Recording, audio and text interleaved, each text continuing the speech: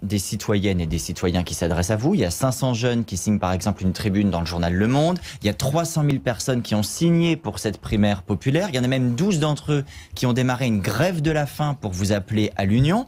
Ces gens-là, ils sont pas dans les appareils politiques. C'est pas des candidats à la présidentielle. Qu'est-ce que vous leur dites? Les 300 000, les 12, les 500 jeunes, ils comptent pas? Bien sûr. Ce que je leur dis, c'est d'entendre mon raisonnement. Je leur redis que moins de 95 jours avant une élection présidentielle, le temps est passé de faire des congrès. Il faut avoir à proposer au pays si on veut raisonnablement gagner et ne pas croire que la France serait une sorte de cour de récréation où on est entre copains. La France, elle tâtonne, elle ne sait pas de quel côté se tourner, du côté de quelle solution. Sur certains sujets, elle est très à droite. Sur d'autres, elle est très à gauche. Elle n'est pas à droite, la France, aujourd'hui? Non, elle n'est ni à droite ni à gauche, elle se cherche. Et vous avez des gens de droite qui préfèrent voter pour moi parce que je suis pour la sortie de l'OTAN et l'indépendance du pays. Et vous avez des gens de gauche qui préfèrent voter pour M. Macron parce qu'ils trouvent ça plus sympathique et plus mouvant. Donc, les gens tâtonnent. Quelle était la question de départ, puisque votre intervention... La question de savoir, c'est qu'il n'y a pas que des politiques qui vous interpellent. Il y a des citoyens. Je leur soumets un raisonnement en leur disant, c'est trop tard, parce qu'il faudrait non seulement que vous désigniez quelqu'un, puis qu'on s'accorde sur un programme. Dites-moi pourquoi les socialistes, qui sont très convaincus par leur programme...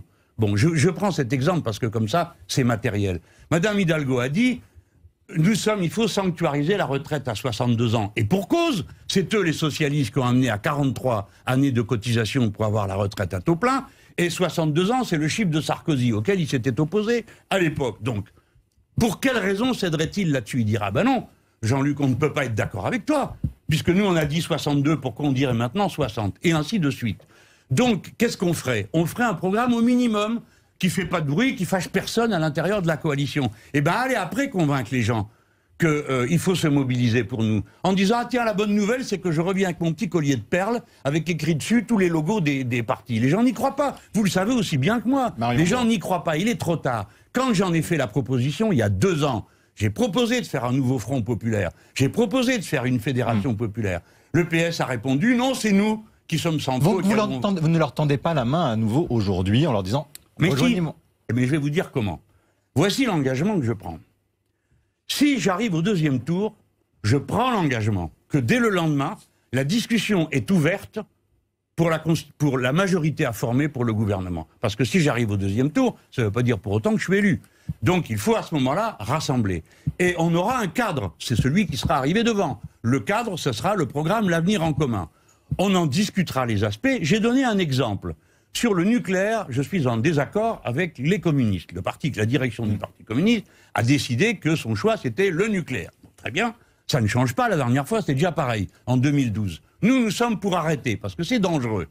Eh bien, j'ai dit, je suis prêt. Si les communistes le veulent là, maintenant, nous ferons... Je suis prêt à changer ce point du programme et à reprendre la position de 2012 qui est de dire il y aura un référendum sur le nucléaire. Ça sera très bon d'ailleurs, comme ça le pays pourra prendre des décisions fermes. Et évidemment que dans ce référendum, les insoumis, ils feront campagne contre, pour sortir du nucléaire. Et les communistes feront campagne pour. Mais à droite, vous avez des gens qui sont contre le nucléaire et d'autres qui sont pour. Donc ça serait un beau débat. Voilà l'exemple que je peux prendre. Si on m'en demande d'autres, je veux bien les étudier. Mais pas qu'on me dise, Monsieur Mélenchon, jetez à la poubelle votre programme, il y a 300 000 personnes qui sont réunies et qui ont décidé que c'est elles qui décident. Ben non, il y a 260 000 personnes, 270 000, qui m'ont investi. Admettez que ça se vaut. Il n'y a pas là-dedans une légitimité simplement parce que les uns se disent citoyens. Ceux qui sont avec moi, ils sont citoyens. Je suis citoyen. Le Parlement de l'Union populaire est composé de citoyens très engagés. Alors n'abusons pas des termes. Pardon, il y a un mot quand même sur la grève de la faim. Là, je leur dis, écoutez, là, vous allez trop loin. La grève de la faim, c'est le recours ultime dans de nombreux combats dans le monde. En Turquie, ça a été le cas, rappelez-vous, au moment de l'apartheid. C'est de ça qu'est mort Bobby Sanders face à Madame Thatcher. Donc, les grèves de la faim, pour faire du buzz médiatique, parce que M. Larrouturou, si j'ai bien compté, il en est à sa 3e grève de la faim. La dernière fois, c'était pour que le budget de l'Union européenne soit à la hauteur des engagements. Les causes sont nobles, mais le moyen, il doit être respecté. Il ne doit pas être galvaudé, parce que sinon, quand des gens vont mourir, comme ce fut le cas en Turquie, par notre ami journaliste et député, eh bien alors, leur combat ne sera pas plus pris au sérieux que ce qui est en train de se faire actuellement. Donc je leur dis, pas n'importe quel moyen, s'il vous plaît, respectez les luttes qui sont menées par des gens qui sont prêts à mourir, ce qui n'est pas votre cas.